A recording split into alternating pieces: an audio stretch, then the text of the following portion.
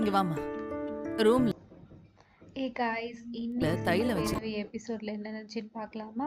எடுத்த உடனே வந்து அன்னபூர்ணிக்கு வந்து கழுத்து சுளுக்கு காயத்ரியை கூப்பிட்டு கொஞ்சோண்டு சுளுக்கு பிடிச்சின்னு இருக்குமா அந்த எண்ணெயை எடுத்துன்னு வந்து தடவை சொல்லுவாங்க.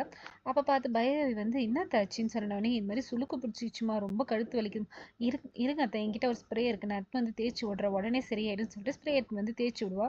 இது ஆறுமுகம் அங்கே பார்த்தோன்னே, ஓ நம்ம ஆளுக்கு சுளுக்கெல்லாம் எடுக்க தெரியுமான்னு சொல்லிட்டு பார்த்துக்கிட்டே இருப்பான். அப்போ வந்து இவங்க போய் ஆறுமுகத்தை கொஞ்சோண்டு வர சொல்லுமான்னு சொன்னோன்னே இவன் வந்து சரி இவளுக்கு நம்ம மேலே லவ் இருக்கா இல்லையான்னு கண்டுபிடிப்போம், நம்மளும் சுளுக்கு அந்த மாதிரி படுத்துட்டு இருப்போம், இவள் சுளுக்கு எடுத்து விட்டானா இவளுக்கு நம்ம மேலே லவ் இருக்கு, இல்லைன்னா வேண்ட வெறுப்பா தான் நம்ம கூட இருக்கான்னு சொல்லிட்டு அவள் வந்து உடனே தான் சொல்லுவான், உன்னை அத்தை கூப்பிட்றாங்க அப்போன்னு சொன்னதும், இல்லை இல்லை எனக்கு ரொம்ப சுளுக்கு பிடிச்சின்னு இருக்கு, என்னால் நிற்கவும் முடியாது நடக்கவும் முடியாது பைரவி, ரொம்ப வலிக்குதுன்னு.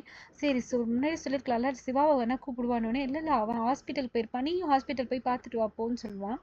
ஹாஸ்பிட்டல் போகிற வரைக்கும் என்னால் உடம்பு முடியல, எனக்கு ரொம்ப முடியலன்னொடனே சரி இரு நான் ஸ்ப்ரே பண்ணி விட்றேன்னு சொல்லிட்டு ஸ்ப்ரே எடுத்து பண்ணி விடுவா. அது வந்து காலி ஆகிட்டு இருக்கும்.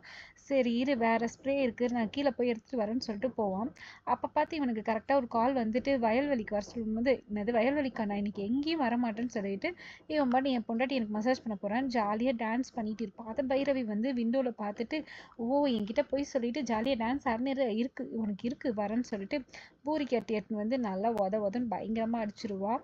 இவன் வந்து பார்த்தோன்னே, ஐயோ அம்மா உன்கிட்ட இதுக்கப்புறம் சவகாசமே வச்சுக்கூடாது போடின்னு சொல்லிட்டு ஓடி போயிடுவான்.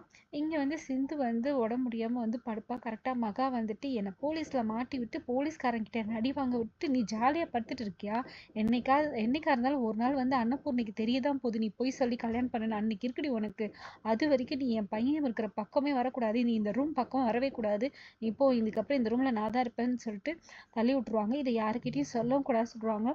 இவளும் சரின்னு சொல்லிட்டு போயிட்டு எங்கே படுக்கிறதுன்னு தெரியாமல் போயிட்டு கிச்சனில் படுத்துருவான். சிவா வந்து பார்த்தோன்னே எங்கே சிந்துவை காணோன்னு ஃபுல்லாக தேடி பார்த்தா கிச்சனில் வந்து சிந்து கொசு கடையில் படுத்துருப்பா.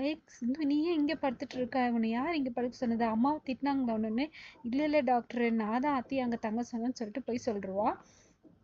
இவனுக்கும் டவுட்டாக இருக்கும். இல்லை இல்லை நான் தான் சொன்னேன், அவங்க பாவம் சின்ன ரூம் இல்லை, அவங்க காயத்ரி கிட்ட இருந்து கொடுத்துட்டாங்க, அவங்க என்ன பண்ணுவாங்கன்னு சொன்னோன்னே சரி நான் ஸ்டோர் ரூமை ரெடி பண்ணுறேன், இதுக்கப்புறம் நம்ம 2 பேரும் ஸ்டோர் ரூமில் தங்கிக்கலான்னொன்னே சிந்துக்கு ஷாக் ஆகிடு. என்ன சொன்னேன் நம்ம 2 பேருமா, ஆமாம் நீ என் கூட தூங்குவியா டாக்டர் கேட்டேன். ஆமாம் உன் கூட தான், நம்ம 2 பேரும் தான் தூங்குவோம், நான் உன் கூட தான் தூங்குவேன், நான் ஸ்டோர் ரூம் ரெடி பண்ணுறேன், இதுக்கப்புறம் நம்ம அங்கே ஸ்டே பண்ணிக்கலாம்னு சொல்லிட்டு சொல்லுவோம். இதுவும் இன்னைக்கு எபிசோட் முடியுது. மறுபடியும் நாளைக்கு எபிசோடில் பார்க்கலாம். மறக்காமல் இந்த வீடியோவை லைக் பண்ணுங்கள், சப்ஸ்கிரைப் பண்ணுங்கள், ஃபுல்லாக பாருங்கள். தேங்க்யூ.